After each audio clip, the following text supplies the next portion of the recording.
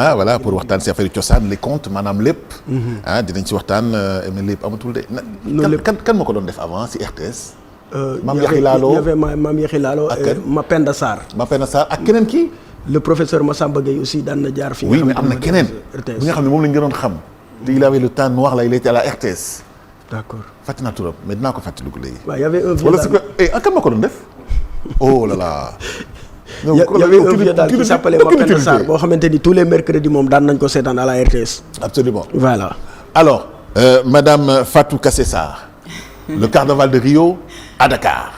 Alors, comment allez-vous? Bonjour, je vais très bien, Al. Merci. Ça va bien? Merci. C'est un plaisir de vous recevoir. Bonjour, plaisir partagé d'être là sur iTélé, une chaîne que j'aime beaucoup. Magnifique. Bienvenue. Alors nous allons parler du carnaval de Dakar. Oui. Ah, ça s'est bien déroulé, ça s'est bien passé. Bon, voilà. Oui. Non? Oui. Oui. Alors le carnaval de Dakar, oui, ça s'est bien passé grâce à tous les acteurs vraiment que nous avons réussi à fédérer autour de l'événement. Alors, pourquoi avoir voulu organiser un carnaval à Dakar? Alors que moi, à Rio de Janeiro, je vois les femmes défiler, des caravanes monstrueuses d'ailleurs. Oui. Les gens buvaient, mangeaient à volonté. D'accord. Alors, en fait, on est sur une dynamique de carnaval qui est très différente de celle de Rio. Okay. Ça, je pense qu'il faut le dire. On est sur une dynamique de carnaval plus proche de ce qui se passe, par exemple, à Oruro, en Bolivie. Tous ces carnavals qui sont inscrits au patrimoine immatériel de l'UNESCO. Absolument. Pourquoi? Parce qu'ils valorisent et font la promotion des traditions culturelles. Absolument. Donc c'est sur ça qu'on se positionne. Pourquoi on a voulu le faire? Pour plusieurs raisons. Parce que donc on a constaté donc Dakar est une capitale foisonnante culturellement. Ça c'est sans conteste. Mais mis à part la Biennale qui est un événement de haute facture mais d'un niveau, on va dire, qui touche un peu plus une élite, il nous avait semblé que Dakar avait aussi besoin d'un événement populaire.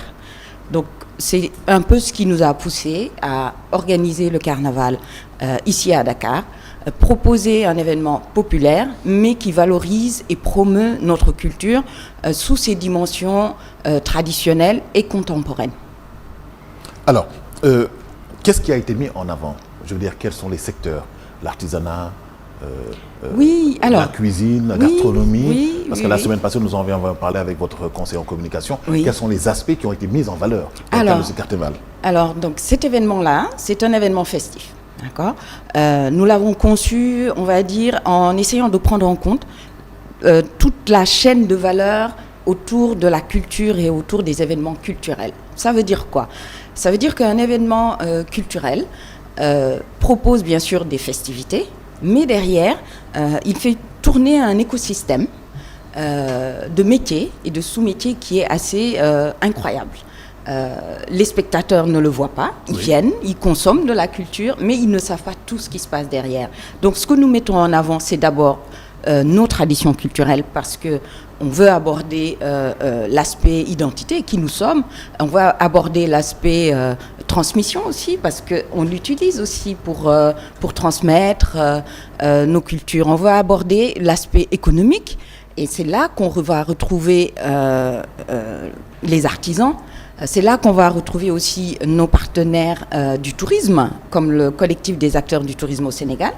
Donc on l'a conçu un peu comme une industrie. On dit aujourd'hui industrie culturelle et créative, mais nous l'avons conçu, le carnaval, comme étant une véritable industrie avec derrière toute une chaîne de valeur qui ne demande qu'à éclore. Oui, mais quels sont les secteurs qui vous ont le plus frappé? Où vous vous êtes dit, waouh, mais attends, je ne savais pas que ça existait au Sénégal. En fait, c'est la culture. Parce que pour faire un retour en arrière, nous avions fait une tournée, parce que c'était important pour nous d'aller rencontrer les acteurs. Oui. Nous avons fait une tournée à travers le Sénégal. C'était en 2021. Nous sommes allés dans chacune des régions. Nous avons rencontré les acteurs. C'était où? Oui, ça c'était place de la Nation. Absolument. C'était la première édition. Absolument. Alors vous avez été en région, oui. Nous avons été en région pour aller à la rencontre des acteurs et voir ce qui se passe et ce qui existe. Et ça a été quelque chose, en tout cas, ça a été le plus marquant pour nous parce que nous avons rencontré des acteurs, ceux qui vivent leur tradition et leur culture et qui ont envie de transmettre. Concurrents, Naurabine, oui. Le Thieboudjan, oui. Les artisans de Ngaï Mekhe, absolument. Les bijoutiers, ceux qui s'investissent dans les tailleurs. Oui, parce les tailleurs. On dit en Europe stylistes, mais eux, ce sont les tailleurs. Ce sont des tailleurs. Voilà. On a les deux, les designers et les tailleurs. Les femmes transformatrices aussi de produits locaux. Les femmes transformatrices, voilà, qui viennent des régions et qui trouvent une place de marché sur le carnaval. Ok. Alors, le modèle économique, vous avez... Ah, oui. Parlons modèle économique. Et ça, j'imagine que quand j'ai dit ça a marché, vous m'avez regardé, vous m'avez dit. Oui, alors, oui. Bon, le modèle économique, ça va, l'État a suivi. Mais en fait, justement, non, justement, il faut que nous xaw ci parce que am na constat bu ñu def mooy effectivement les acteurs sont là, d'accord. On fédère vraiment des associations de tous les secteurs. Ils sont là, ils ont envie. Soxla nañ plateforme parce que Carnaval bi c'est quand même un événement qui est c'est une belle tribune pour c'est une belle tribune. Bah oui. Il est médiatisé. Bah oui. Et vraiment tous les ans on a une presse internationale qui est présente. Et puis ça fait combien de temps qu'on n'a pas une activité pareille? Mais voilà festive. Mais Sénégal Dakar kenn footul. Non kenn footul et puis lii du foo pour foo nii rek sax. dafa utile la mais dañuy jàngale ak cosaan. Absolument. Voilà et donc loolu mooy constat bi ñu def. Le besoin est là, de la place des acteurs. Une plateforme, on pose une plateforme d'expression. Alors, bon, on n'est pas les seuls, d'accord. Bu ñuy waxtaan entre ñun, la première chose dont on parle, ce sont les freins. Donc, man bi may monter événement, on m'avait prévenu, attention. Et vous êtes les seuls à faire ça, hein? Oui. Ah oui, quand même. Oui, à faire un événement comme ça. Mais il y a encore beaucoup d'autres, beaucoup d'événements en fait qui culturels, oui. Voilà. Mais sur ce terrain-là, nous sommes un peu les seuls. Et notre regret et notre souhait, c'est vraiment que les institutions, que ce soit au niveau de la ville de Dakar, que ce soit au niveau des institutions étatiques, nous prennent un peu mieux en considération. Okay. Voilà. Barthélémy est très pourtant. Oui, mais si vous voulez, si je prends le cas de la ville de Dakar, nous avons signé une convention avec la ville de Dakar en 2021. Oui. Aujourd'hui, là, nous sommes à la fin de la convention, donc de 3 ans. Mais la ville de Dakar a respecté à demi la première année. La deuxième année, elle a respecté la convention. Et cette année, elle n'a rien respecté du tout. Est-ce que vous avez aussi, la contrepartie a été respectée? Je veux dire, vos engagements ont été respectés aussi? Non. Enfin... Je veux dire, visibilité... Ah oui, mais écoutez, cette année... pour moi, je pose juste des questions. Hein. Oui, non, mais vous avez parfaitement raison. Ça permet de clarifier des choses. Absolument, aussi, ça permet aux gens de comprendre pourquoi ils n'ont pas respecté leurs engagements. Voilà. Cette année, le thème, c'était Dakar, capitale culturelle. Ah, voilà. Donc, c'était leur fête alors? C'était leur fête. Ils en ont demandé trop? En fait, ils étaient assez transparents. Okay. Et c'est ça qui était un peu choquant. C'était quand même assez choquant. Okay. Voilà, c'était choquant parce que rien n'a été respecté. Et effectivement, on comptait vraiment énormément sur la ville avec laquelle nous avons signé une convention. Non, mais parce qu'il y a quand un contrat lie deux entités, oui. Soit la personne ne respecte pas ses engagements, il y a une bonne raison. Quelles sont les raisons qui vous ont avancé? Les difficultés... C'est le moment de tout. Ah oui, non, mais c'est... De toute façon, il faut parler, oui. Parce qu'à un moment donné, on est nombreux à le vivre un peu en silence. Absolument. Et à essayer de trouver des solutions alternatives. Qu'est-ce qui s'est passé? Pourquoi ils n'ont pas respecté leurs engagements? Je ne sais pas. Ils n'ont rien dit? Ah ben non, à part problème d'argent, à part que c'est difficile. Fin de budget. Non, on ne peut pas dire fin de budget ou problème d'argent. Il y a une convention. Et ça a été provisionné? Qui a été déposée aux impôts et domaines. Dans ce cas, quand on signe une convention, cette convention-là, on paye la taxe dessus. Et surtout que ça a été budgétisé. Donc c'est budgétisé. Ouais. Voilà. Donc moi, ce que j'aimerais savoir, c'est est-ce que nous sommes dans les bilans? Parce que ce serait assez révélateur. Mais le bilan, il est en ligne, hein? Oui, 2021, on était dans le bilan. Hein. Oui, mais après, en 2023, on verra. Mais cette année, on va voir. Mais en tout cas, aucune marge. Donc ensuite, le constat, donc, c'est le manque de fiabilité de nos interlocuteurs quand on décide de s'adresser aux institutions de manière générale. Okay. Si je prends le cas de l'ASPT également, nous avons signé pareil et ça une convention. Ça a été respecté la première année à demi. Ok. Voilà. Donc, à demi. Il y a un problème. Oui, il y a un problème. Ouais. Donc si on prend le ministère de la Culture, là aussi c'est un véritable problème parce que nous sommes encore en train d'essayer de régler un problème de 2022. Donc le ministre avait fait un lancement en grande pompe dans son ministère, avec beaucoup de personnalités de la culture et vraiment toute la chaîne de valeur. Et je vais demander une chose. La présentation qui figure sur le document soumis à ces entités-là, j'espère que c'est exactement, c'est ce qui a été reconduit exactement en réel. Sinon, il y a un problème. Oui, mais écoutez, donc laissez-moi terminer déjà sur le ministère de la Culture. Ah non, mais je vous pose des questions aussi. Oui, non, mais après, je vais revenir là-dessus. Okay. Parce que c'est un problème. Oui, c'est un problème qui nous chagrine par rapport aux acteurs culturels. Okay. D'accord. Donc, il nous avait demandé de choisir 10 troupes. D'accord, qu'il allait récompenser personnellement en retour au ministère. Jusque-là, ça fait 1 an, nous n'avons pas... les acteurs, plutôt, puisqu'il était censé les remettre directement, n'ont pas reçu leur récompense. Et ça, c'est problématique. Ah non, c'est pas bien ça. Voilà. Donc, d'un point de vue donc, de ce que vous disiez, de ce que vous dites, est-ce que ce qui est présenté dans le dossier est la réalité? Mais elle peut être la réalité si tous les partenaires respectent leurs engagements. D'accord? Parce que quand on présente un projet, on présente ce qu'on souhaite mettre en place, avec l'appui de nos partenaires. Donc si ces partenaires-là ne respectent pas leurs paroles, dites-moi comment nous allons faire pour organiser les choses comme il se doit. C'est bien de l'expliquer. Voilà. Non, mais moi j'ai plus de 20 ans d'expérience dans ce métier-là, beaucoup en France. Donc d'un point de vue du professionnalisme et du savoir-faire, je pense que tout va bien. Okay. D'accord. Maintenant, il faut que les gens respectent leurs engagements. C'est tout, oui. Voilà, parce que c'est bien beau de dire ah oui, mais bon, oui, ça se passe comme ça en général. Il manque telle et telle chose, mais écoutez, on a signé une convention. On fait des projections en tant qu'organisateur. Oui. On ne peut pas s'imaginer. Et vous vous endettez, vous êtes endetté. Mais bien sûr, on ne peut pas s'imaginer qu'une institution publique puisse prendre des engagements publics, signer des documents et ne pas les respecter. On est bien d'accord. Absolument. Voilà. J'ai pas envie de dire le mot, mais... mais c'est un problème. Il y a des lignes de crédit, je veux dire. C'est un problème que nous rencontrons tous. Et que, certains le vivent dans le silence, parce que après, il y a des rumeurs qui courent, etc. C'est pas bien. Mais c'est pas bien. Heureusement que vous avez restitué les faits, c'est bien. Ah oui, c'est important pour moi, parce que ce qui nous est arrivé cette année, c'était un peu la goutte d'eau qui a fait déborder le vase. Ça vous a pas démotivé pour l'année prochaine, non? Mais absolument pas. Mais alors, attendez, la culture nous appartient à tous. Oui. C'est notre culture. En tant qu'entrepreneur, on a le droit d'entreprendre et d'y aller. Et on fait la promotion de notre pays. Mais on fait la promotion de notre pays. Absolument. Donc les institutions ne devraient pas nous considérer comme des concurrents. Absolument. Voilà, parce que sinon, les entrepreneurs... s'ils ne bossent pas, vous bossez, hein. C'est quoi le problème? Non, mais c'est pas ça l'idée. Moi, c'est pas...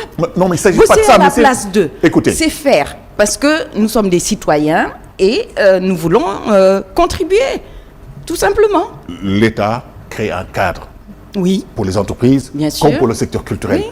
Plus les privés se manifestent pour faire la promotion de la culture, dont lui d'ailleurs. Oui. Mais aidez-les, ça vous permet de travailler moins et de vous d'orienter, de raisonner en termes de perspective, surtout en développant d'autres stratégies pour pouvoir valoriser la culture sénégalaise. Oui, et pour les aider. Mais bon, on nous considère comme des concurrents. 30 secondes. Voilà.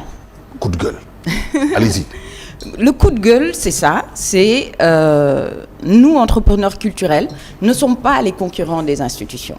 Voilà. Nous sommes des entrepreneurs privés. Et quand on entreprend, c'est pas que pour nous, en fait, dans ce genre d'événements-là. On va faire du bénéfice aussi. Mais oui, on crée une chaîne de valeur. D'accord? Donc, sur les événements, on crée des chaînes de valeur. On a besoin d'être accompagné. Quelquefois, ce n'est pas uniquement de l'argent, d'ailleurs. c'est un accompagnement institutionnel. Ça peut être du contenu, ça peut être... voilà, mais nous ne sommes pas des concurrents. Du contenu monnayé, mais à sa juste valeur aussi. Bien sûr, bien sûr. Et puis le respect des paroles. Moi, c'est ça qui me choque le plus. Absolument, c'est choquant aussi. Oui. Parce que quand on vous dit, écoutez, moi je vous donne 100 millions, vous faites une projection en disant, écoute, moi je prends le matériel, je fais une commande ferme, 50 millions, je paye telle personne 20 millions, ferme, je donne des chèques. Dès que l'argent entre dans mon compte, effectivement, vous pouvez aller encaisser. Et que les chèques reviennent sans provision, c'est gênant. Oui, bon, moi je... C'est grave, quoi. Mais, oui, en fait, moi, le problème, c'est... Quand on entreprend, c'est comme quand on crée une entreprise. Quand on entreprend un projet, on fait des projections. Voilà. C'est ça. D'accord ? Donc, on regarde, on dit, voilà combien ça doit nous coûter, voilà de combien on a besoin, voilà du type d'accompagnement qu'on a besoin.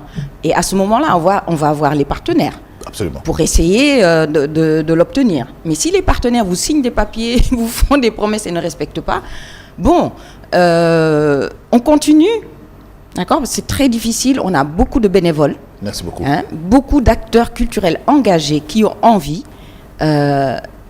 et qui se battent pour que ça ait lieu. Donc oui, on continue. Et l'année prochaine, on est déjà en train de travailler dessus.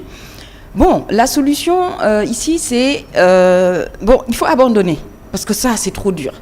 Non. Parce que ça, c'est trop dur. Moi, c'est non, on n'abandonne pas. Merci d'accord ? beaucoup. Il faut chercher la solution à l'étranger. C'est souvent ça. Merci. Chercher des fonds à l'étranger, chercher auprès de la coopération et des fondations, etc. Mais nous avons nos institutions qui sont là et qui doivent nous accompagner. Merci beaucoup, Madame Fatou Kassé-Sarr. Je pense que ce n'est pas tombé dans l'oreille d'un sourd parce que l'émission est très suivie. Alors, je pense qu'ils prendront leur disposition pour solder ce qu'ils vous doivent déjà ces 2 dernières années. Et pas de demi, hein. Non, pas de demi. Non, beaucoup de demi et pas vraiment d'explications. Merci beaucoup. Mais alors, c'est une belle fête. Et absolument. Nous vous invitons l'année prochaine, c'est tous les ans, dernier week-end du mois de novembre. Super, magnifique.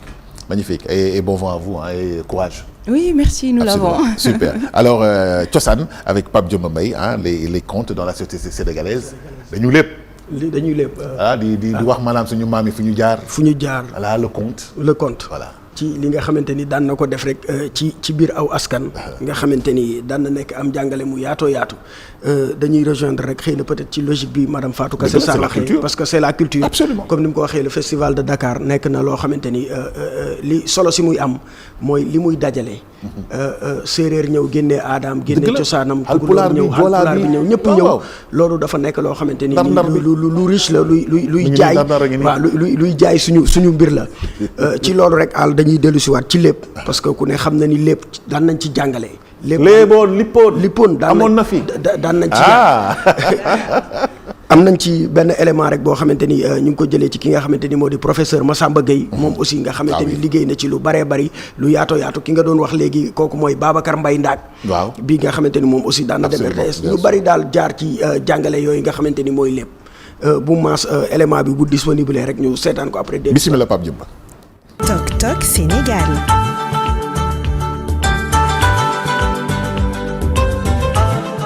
ci koñ bi yëpp ñëpp laay rendi yaa ngi ne ko loolu baaxul Romé loolu baaxul bu ko defal Romé loolu baaxul xale du wax damay rendi xale mu ne ko yaay jox ma paaka mu dem fëkk paaka yaay ji rek dem taxaw ci digg dëkk bi rek xale yi ñëw ñoom Kumba Demba Jacques Joséphine xale yëpp ñëw wër ko ne ko waaw Romé lan la mu ne dama leen rey xale ne ko lan la ñii jël seen fowukaay yi may ko ñii jël seen tàngal may ko ñii jël ay beñe may ko Romé ne yéen man ma bëgg leen rey yéen ngeen may ay fowukaay di ma may ay tàngal ay beñe ñu ne ko waaw Romé ñun lan lañ la def mu ne yéen ñëpp am ay fowukaay seen kër yi neex ngeen am lekk am reer ñun suñ kër amul lekk amul reer ñun amuñu fowukaay man aw ma dara léegi loolu moo tax ma bëggoon leen rey ñooñu ne ko déedéet Romé kon xam nga nu ñuy def da ngay bàyyi ñu séddoo ak yow fowukaay yu ñu am séddoo ak yow tàngal yi ñu am séddoo ak yow lekk yu ñu am séddoo ak yow lépp buñ ko séddoo ak yow ba pare léegi yow nga am ñu am rek mu commencé di jooy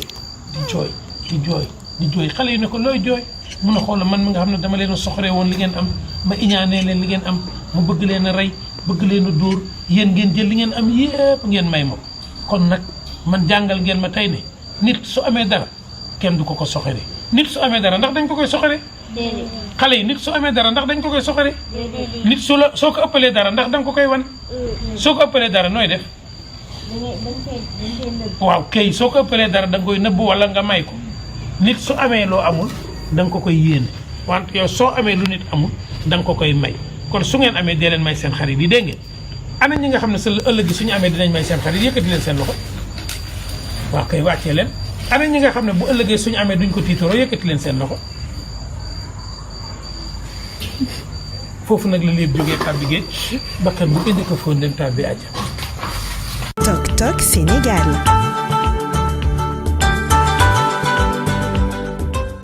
comme man li ma si jàngataa mooy conte bu nekk histoire bu nekk dafa am moral. dafa am moral mu ne soo amee doo toroxal sa morom soo amee da ngay partager soo xamulee da ngay noppi mooy mandu c'est des valeurs quoi qu'on inclut aux enfants parce que âge bi nañu gën a réceptif en fait. Voilà. Mais c'est excellent.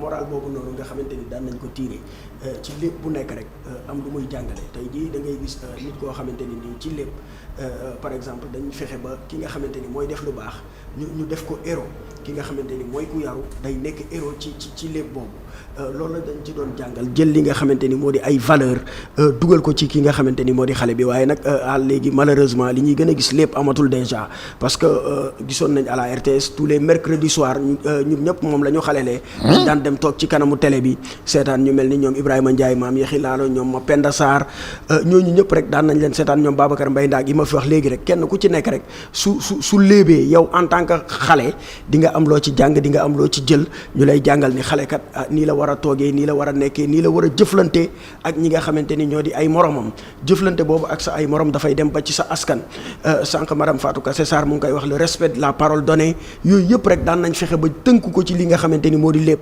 parfois ñu jël ay animaux yoo xamante ni dañ koy personnifier par exemple ñu ne la lëg le lièvre. Youssou Ndour way na lëg.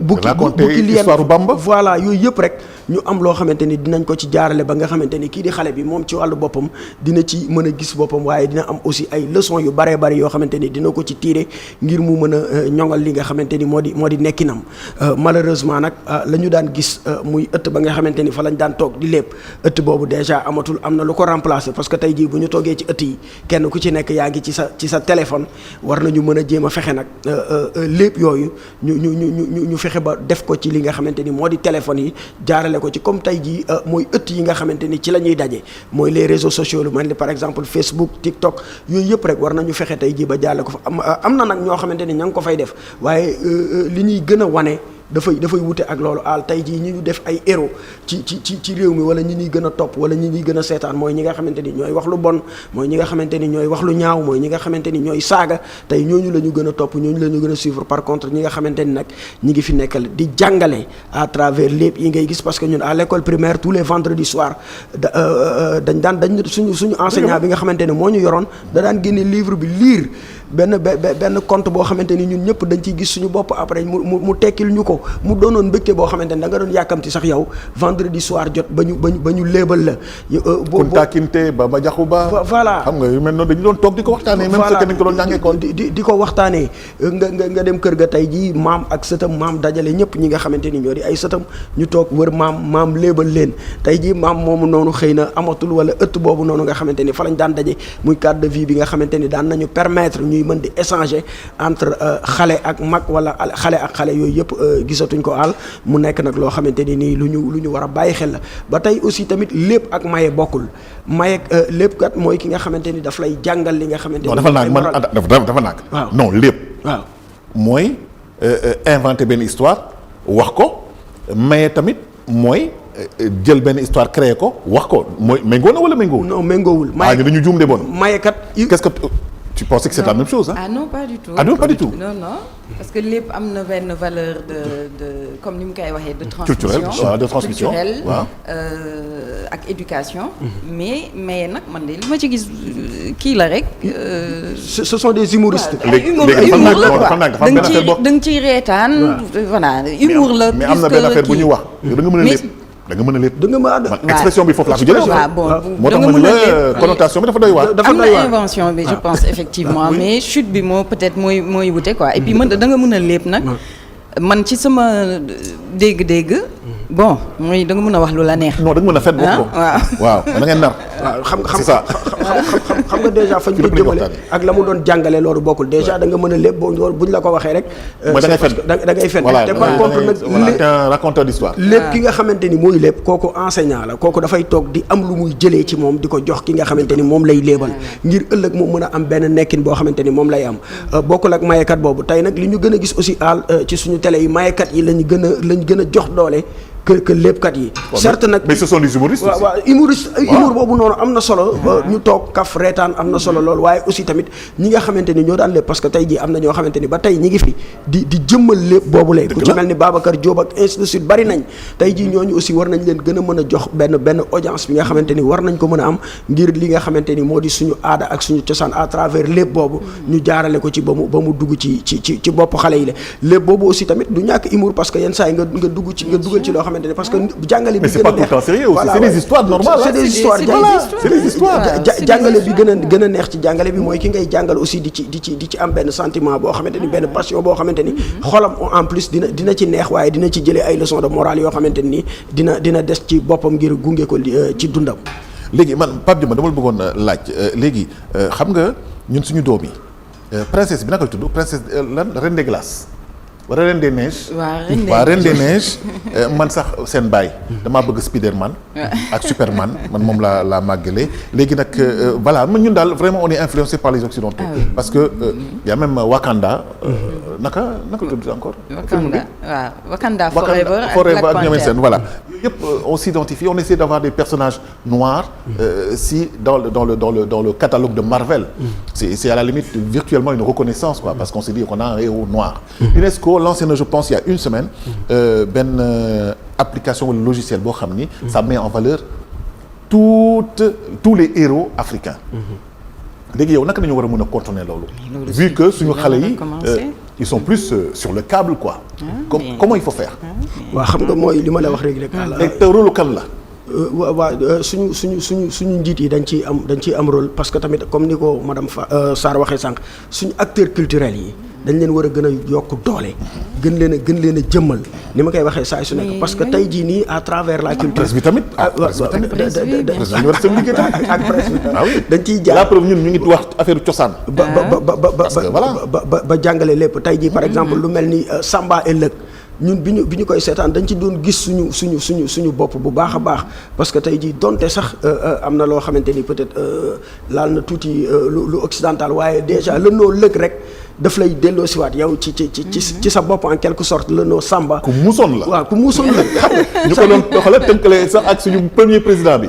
non deuxième président mais Ablaye Wade. loolu Senghor donc Laye Ñombor. Laye Ñombor le troisième président c'est-à-dire yooyu noonu moo nekkoon kenn ku ci nekk daan dem ba sax ba gis ni lëkkat à chaque fois mooy gagné parce que li tax muy gagné parce que xelam lay utiliser donc yow nga ne man je m'identifie à lëg kee ñu ne non il s'identifie à bukki yooyu lañ doon gis quoi di personnifier ñi nga xamante ni moo di animaux yooyu à travers ñoom nag ñu am ay jàngale yu baree bari yoo xamante ni dañ ko ciy jàngale kon donc ñi nga xamante ni ñoo ñu jiite war nañu yokkaat doole ñi nga xamante ni ñoo di acteurs culturels yi nga xamante ni ñoo nekk tey jii ci foyer des jeunes yi ñi nga xamante ni ñoo nekk ci maison culture yooyu ñëpp rek ñu yokk leen doole ngir tey jii ñu mën a jëmmalaat suñu aada ak suñu cosaan yooyu nga xamante ni ci lañ daan jaar bay jàngale valeur yooyu mu mën a des. su ma ci mënee yokk dara ngeen baal ma.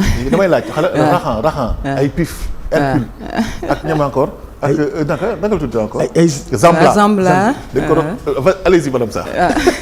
non c'est vrai ñun bi ñu nekkee jeune loolu yëpp dañ ko doon lire de. oui man dañ ko doon collectionner nekk ci bu baax mais en fait. lan nga doon lire ban nga doon lire.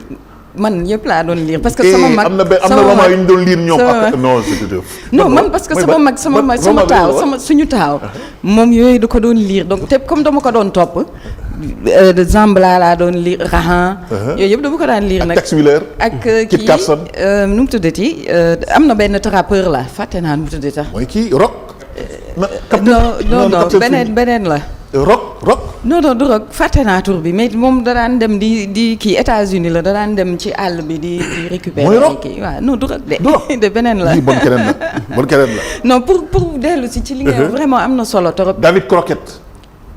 David Croquette. Ça c'est avec Disney aussi en masse.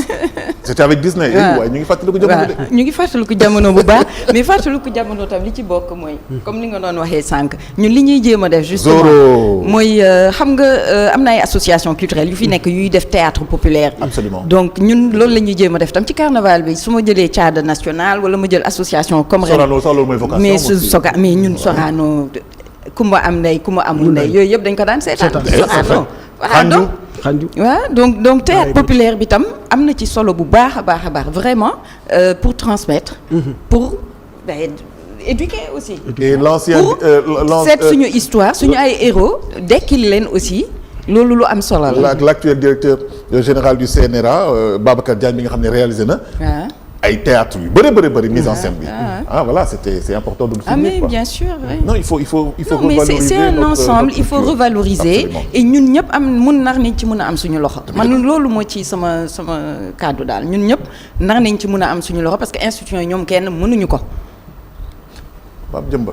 au théâtre ce soir xam nga RTS moo ko doon def mais nuñ ko def ñun. tous les mardis teg ay théâtre yu yàgg. tous les mardis. fay ay droits d'auteur comme ça kenn duñu sonal. mais tey jii nag al troupe yooyu aussi nekkatu fi comme ay troupe daaray Kocc. ay jamonoy tey. mais ñi fa doon joué ñu ngi fii. mais am na troupe yu bees. oui am na ay troupe yenn itam yu génn. mais nag la ñuy waxtaan non ñi nga xam ne cosaan dëgg nañu ne. waaw mais tey nag lan la ñuy joué watuñu suñu cosaan waaye Pape Demba ñi seetaan à travers la koy def de. man de su ma leen waxee maa ngi dellu si ci carnaval bi nag. su ma jëlee troupe association Thiada nationale mais cosaan lañ fa doon wax. ñoom lan lañ def comme pièce de théâtre dañuy wane pièce de théâtre yi ñu wane nii ci carnaval bi ren et ben Lat Dior.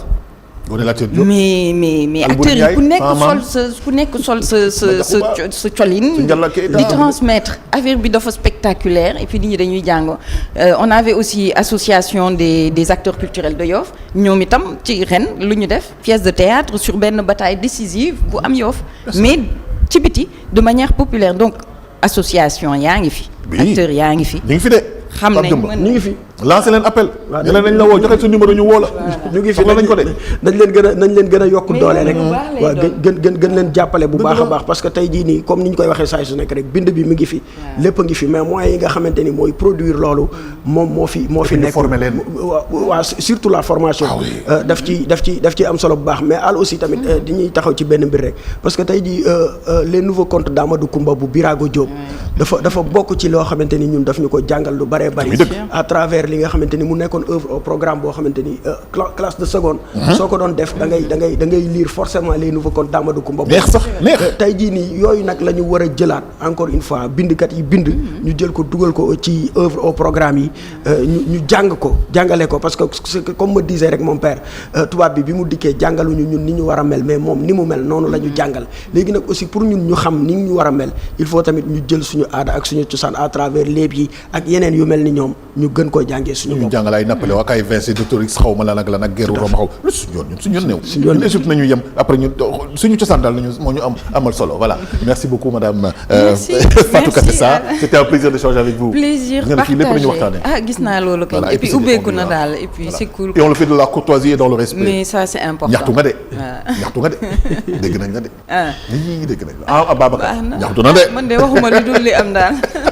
Merci beaucoup, c'était un plaisir. Merci. Voilà, et à l'année prochaine pour le carnaval de Dakar. À l'année prochaine, Inch'Allah. Oui. Ne lâchez pas. Ah non, ne lâche pas. Alors, mon ami, mon frère. Merci beaucoup, Al. Tu sais que j'adore quand tu es là, moi. waaw xam naa loolu. voilà aussi bu yaatu la ci jot. ndeysaan.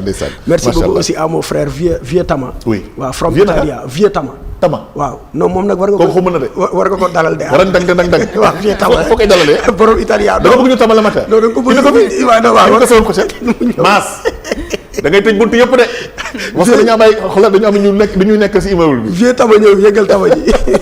merci beaucoup grand ci tissu bi merci beaucoup. te yow dama mën nga tey sa taak su Tama bi ñëw dégg nga Babacar day leer. Voilà, merci beaucoup, c'était Thiossane avec Pape Dioma Mbaye, le sujet le conte dans la société sénégalaise ak madame Fatou Kassé bi nga xam ne dañu doon waxtaanee ci affaire du carnaval de Dakar publicité après ñu dellu ci deuxième partie bi xibaar yi ci wolof ak Pape Madiakhaté Sarr.